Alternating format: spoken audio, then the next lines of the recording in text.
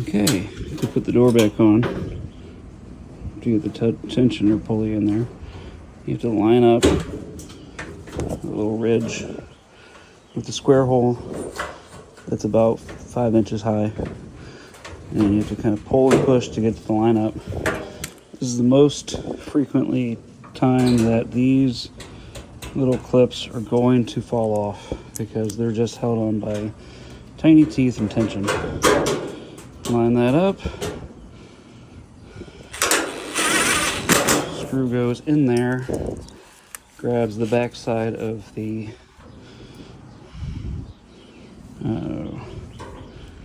holder.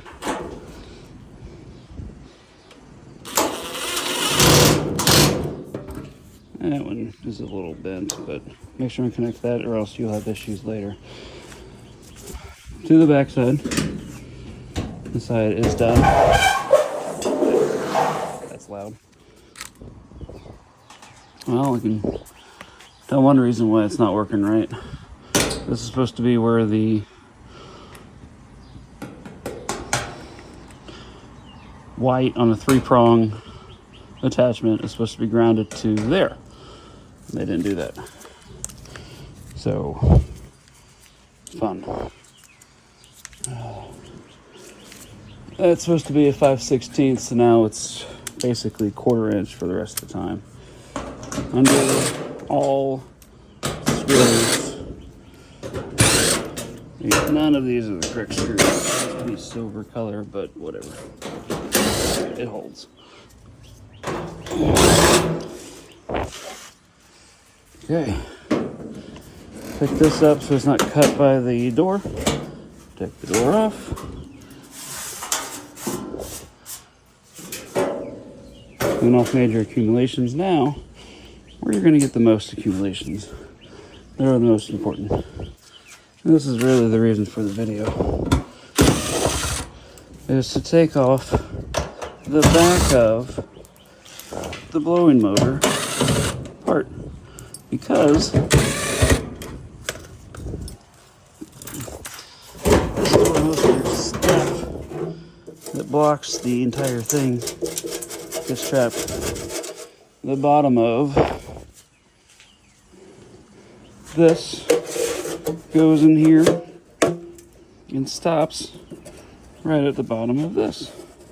So you can see why cleaning that out will help the rust problem on the lint trap.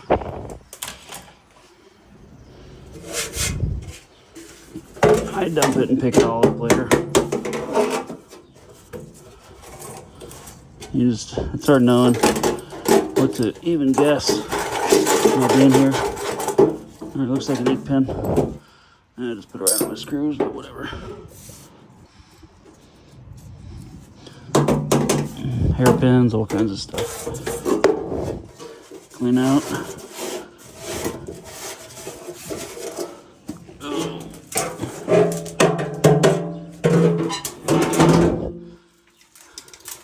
Again, this is the bottom of the lint trap, so these little things got stuck in the lint trap and then collected here. Always have to do this. Clean out any grime. I don't know. This might be dog hair. I don't really know. There's always these little fine things right there. This is the bolt that goes to the roller on front. So to replace that roller, you have to take this off. Just cleaning out all the fan blades, because not usually, but this one, it has lint trapped to the blades themselves. So I'm going to push that up. You can try to reach in and grab, but that's not always great. I might try to replace this part because it's rusted at the bottom pretty good.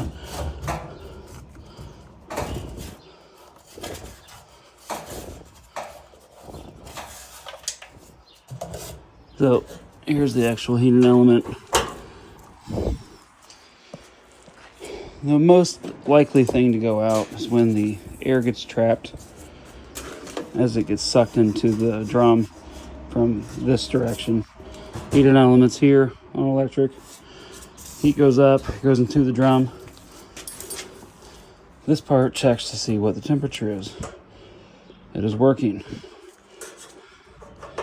If the temperature gets above a certain degree, which is 309 degrees in this case, in this model, then you have an issue. They're not wanting to disconnect it.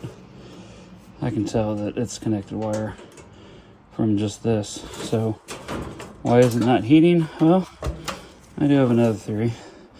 This is your overall fuse that if you have like a surge, it would blow in the middle of that and not be connected anymore. That's connected. These are your controls. Turn on at a certain temperature, turn off at a certain temperature.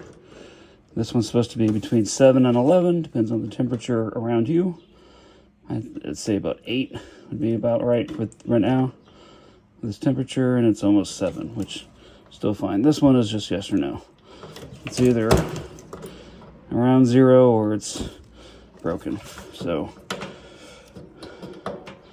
0.3 or 0.03, whichever angle you use, is what really matters. So my other theory on this is because the wires up top were loose, that it created, this is the light bulb that goes inside. These wires are loose. Sorry. They're supposed to be super tight and have completely different screws, so I'm going to replace them and hopefully it heats up. But that's the basic taking it apart. When you put it back together, you make sure everything's plugged in, line this up, put all the screws all the way around. That's actually a treat because you kind of have to be pretty precise on when you do that, and then put this top screws in here and try it out.